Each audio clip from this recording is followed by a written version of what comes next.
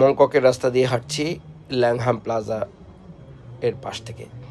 আমরা দেখছি এখানে অনেক ট্যুরিস্ট রয়েছে মেইনল্যান্ড চায়নার, লোকাল তো অবশ্যই আছে। মেইনল্যান্ড চাইনিজ যারা ট্যুরিস্ট তাদেরকে চেনার অনেকগুলি লক্ষণ আছে। তার মধ্যে এই যে সামনে আমরা একটু পরে দেখছি লাগেজ রাস্তার উপরে রেখে মেলাচ্ছেন, এটা একটা প্রমাণ যে তিনি মেইনল্যান্ড থেকে ঘুরতে এসছেন এবং তার জিনিসপত্র গোছাচ্ছেন। এছাড়া আরেকটি পদ্ধতি আছে মেইনল্যান্ড থেকে যারা ঘুরতে আসেন তাদেরকে বোঝার জন্য, যে তারা রাস্তার মধ্যে এভাবে হাঁটু করে বসে পড়েন। যাই হোক, সেটা আমার বলার উদ্দেশ্য না। আপনারা দেখুন হংকংয়ের এই লাংহা প্লাজাটি, এটা খুবই একটি জনপ্রিয় শপিং প্লেস এবং অফকোর্স অনেক রকমারি ফুড পাওয়া যায় এখানে। খাবার এবং অন্যান্য জিনিসপত্রের জন্য অত্যন্ত বিখ্যাত।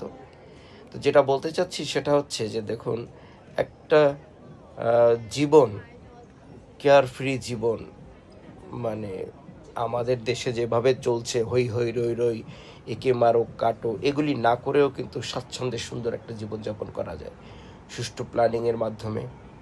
অনেক বড় কিছু তৈরি করা যায়।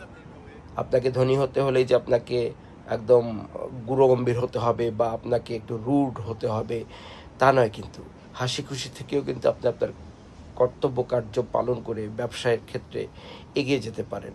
হংকংয়ে এই জিনিসটা আমরা দেখি, খুবই হারমোনিয়াস একটা পরিবেশ, কিন্তু সবাই কাজ করে যাচ্ছে, নিজের মতো করে যাচ্ছে। সেজন্যই তারা দামি দামি গাড়ি চলছে এবং শান্তি সর্বদা বজায় থাকছে। ধন্যবাদ।